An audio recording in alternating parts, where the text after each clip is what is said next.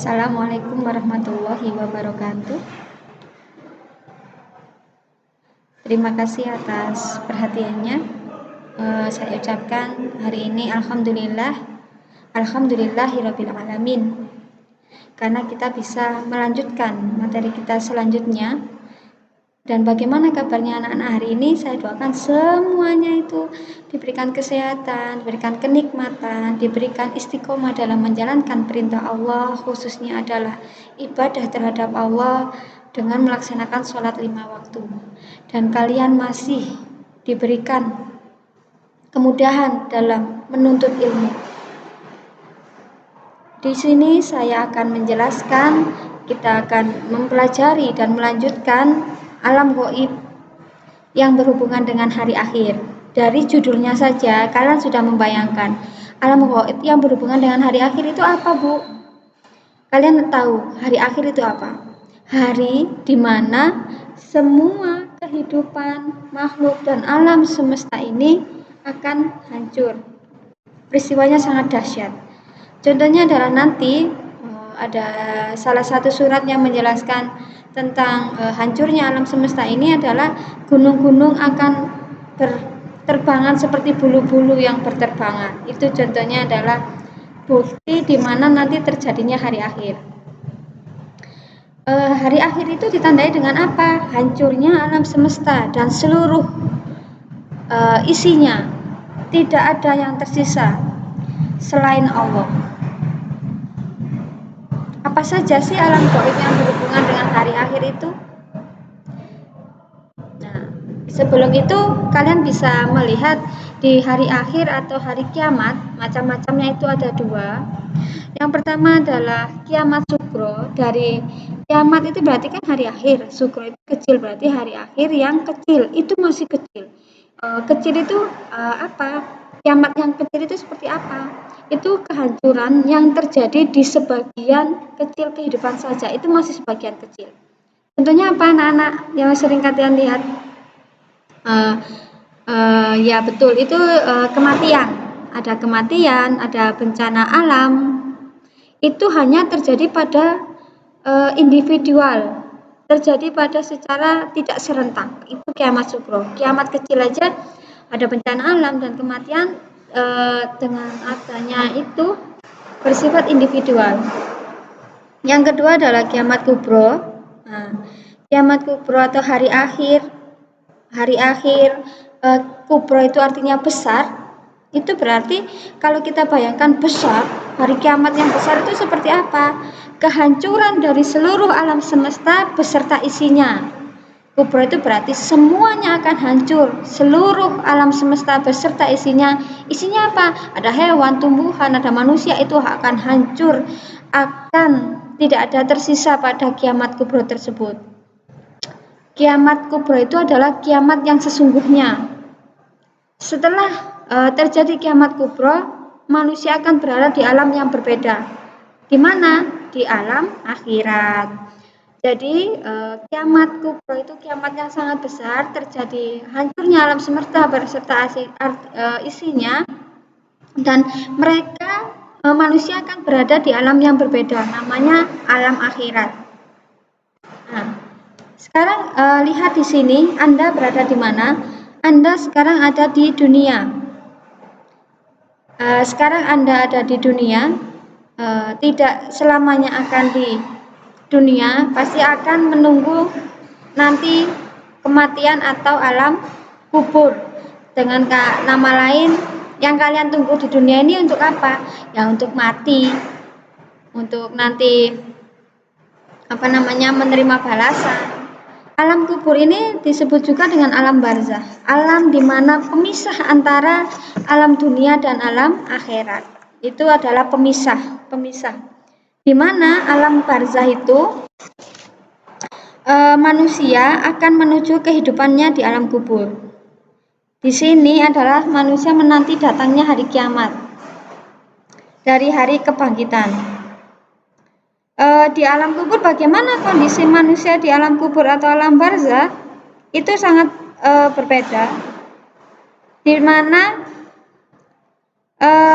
Ketika masuk ke dalam kubur, segala hal yang bersifat dunia itu ditinggalkan.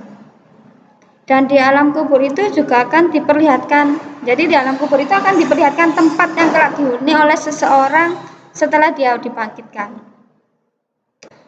Jika orang itu membawa amalan yang soleh, amalan yang banyak, yang mendapatkan pahala yang banyak, dia akan melihat tempatnya di surga. Sedangkan yang dibawanya adalah dosa dan amal buruk, dia akan melihat tempatnya di neraka.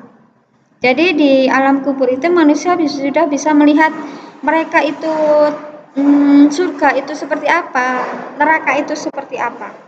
Itu di alam barzakh atau alam kubur. Tidak ada yang bisa menolong karena amalan itu menerima balasannya di sisi Allah itu bisa surga atau neraka. Di alam barzakh itu kita hanya sendiri yang akan mempertanggungjawabkan segala perbuatan kita selama di dunia. Jadi di alam barzakh itu yang mempertanggungjawabkan ya kita sendiri, tidak ada yang membantu. Hanya amal perbuatan kita yang menolong kita selama di dunia. Setelah adanya kematian alam kubur, nanti akan selanjutnya adalah ditiupkan sangkakala. Oleh siapa? Ya betul, oleh malaikat Israfil. Malaikat Israfil meniupkan trompet sangkakalanya dan kehancuran alam semesta. Dari hancurnya alam semesta ini nanti setelah dihancurkan, malaikat Israfil akan meniup trompet sangkakala yang kedua, akan membangkitkan, akan namanya yaumul ba'ats, hari dibangkitkan seluruh manusia. Terus setelah dibangkitkan, manusia akan kemana? Mendapatkan namanya digiring ke padang mahsyar atau nama lainnya adalah yaumul mahsyar. Kalian tahu yaumul mahsyar itu seperti apa? Ada yang tahu? Yaumul mahsyar itu seperti apa? Yaumul mahsyar itu adalah tempat di mana manusia akan menunggu hasil dari kalian mengumpulkan pahala-pahala. Kalian akan menanti datangnya kitab atau namanya itu adalah catatan-catatan kalian itu ada di padang mahsyar. Dari padang mahsyar, di sana di padang mahsyar akan menerima syafaat oleh Rasul, mendapatkan pertolongan. Setelah mendapatkan pertolongan, kalian akan dihisab. Nah, hisab itu apa? Hisab itu adalah salah satu tahapan untuk melewati jalan menuju surga. Hisab artinya apa? Perhitungan kan ya. Jadi pemberian balasan baik berupa pahala maupun hukuman belumlah sempurna tanpa melewati proses perhitungan. Tidak mungkin kalian habis dari syafaat langsung ke surga dan neraka, tidak. Tapi kalian akan dihitung bagaimana amalan kalian selama di dunia. Dalam melewati perhitungan ini, Allah sangatlah adil. Pada hari perhitungan itu, manusia datang itu berkelompok-kelompok. Di antara mereka ada yang datang mengambil kitab dengan tangan kanan. Kenapa? Ada yang datang mengambil dengan tangan kiri juga. Kenapa? Jadi di sini, di dalam Al-Quran, Allah menyebutkan di dalam Quran surat Al-Insyiqaq ayat 7-9, menjelaskan kalau dari tangan kanan itu menandakan ia akan mendapatkan kebahagiaan. Jadi di hisab ini akan menerima catatan dengan tangan kanan, berarti dia menandakan mendapatkan kebahagiaan.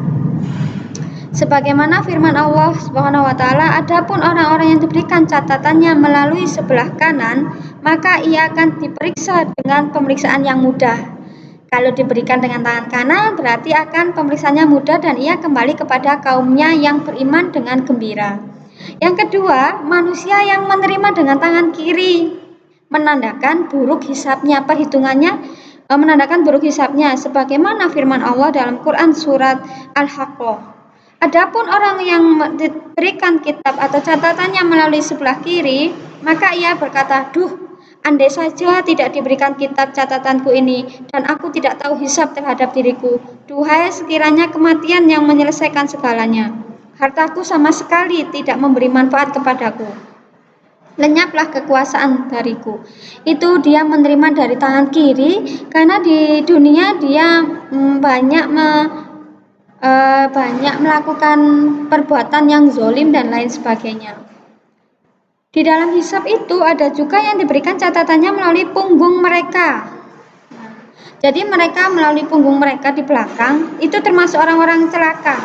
Sebagaimana firman Allah dalam surat Al-Insyiqaq ayat 10-15 yang artinya, adapun yang diberikan kitab catatannya melalui punggung, maka ia akan berteriak, "Celaka aku."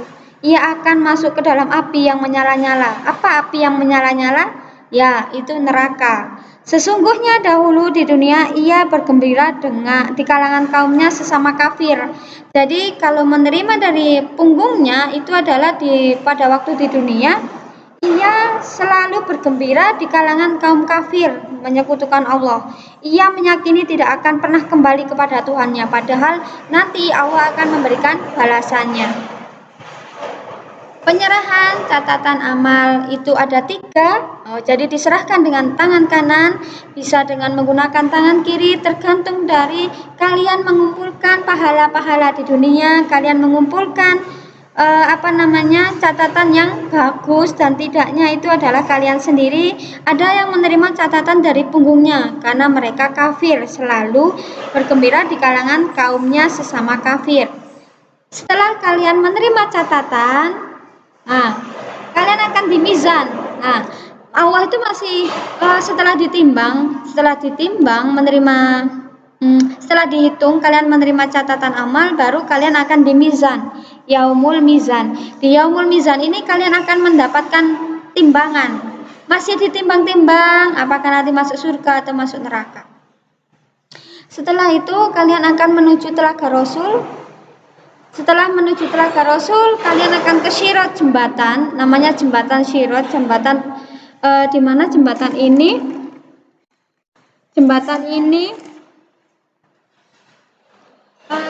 dibentangkan di atas neraka jahanam untuk diseberangi. Jadi jembatan Sirat ini adalah jembatan yang di atas neraka jahanam dan diseberangi oleh orang-orang mukmin menuju jannah Sirat. Jadi dari Sirat ini langsung kita ke surga atau neraka. Nah, di dalam dunia ini kita hidupnya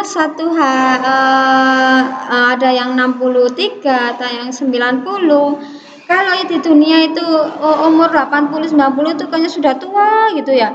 Terus di surat yang akan saya bacakan di sini, Bismillahirrahmanirrahim, ada Quran surat Al-Hajj ayat 47. Saya bacakan. Bismillahirrahmanirrahim. Wa yastajilunaka bil adabi walan yukhlifallahu wa'dah. Wa inna yauman inda rabbika ka alfi sanatim mimma ta'udun. Apa artinya anak-anak?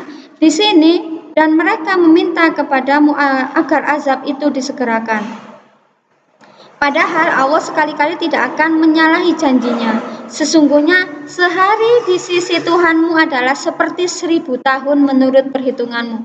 Jadi 1 hari di akhirat itu sama dengan 1000 tahun di dunia. Bayangkan, 1 hari di akhirat sama dengan 1000 tahun di dunia. 1 hari di akhirat di sisi Allah seperti 1000 tahun dengan perhitungan dunia. Bagaimana? Maka azab yang menimpa mereka bagi Allah tidak akan lama lagi. Jadi di dalam Quran surat Al-Hajj ini dijelaskan bahwa 1 hari di akhirat itu sama dengan 1000 tahun di dunia. Bayangkan kalian di dunia ini hanya 90, ada yang umur 98, paling tinggi 100. Itu aja sudah lama, apalagi di akhirat 1 hari saja itu sama dengan 1000 tahun di dunia. Itu menurut Quran surat Al-Hajj ayat 47. Terima kasih atas perhatiannya, semoga bermanfaat. dan kalian diberikan kemudahan, kalian terbuka, kalian bisa memupuk rasa terima kasihnya terhadap Allah dengan cara bersyukur terhadap Allah dengan cara kalian menjalankan sholat 5 waktu dan tidak meninggalkan sholat tersebut. Saya akhiri, wassalamualaikum warahmatullahi wabarakatuh.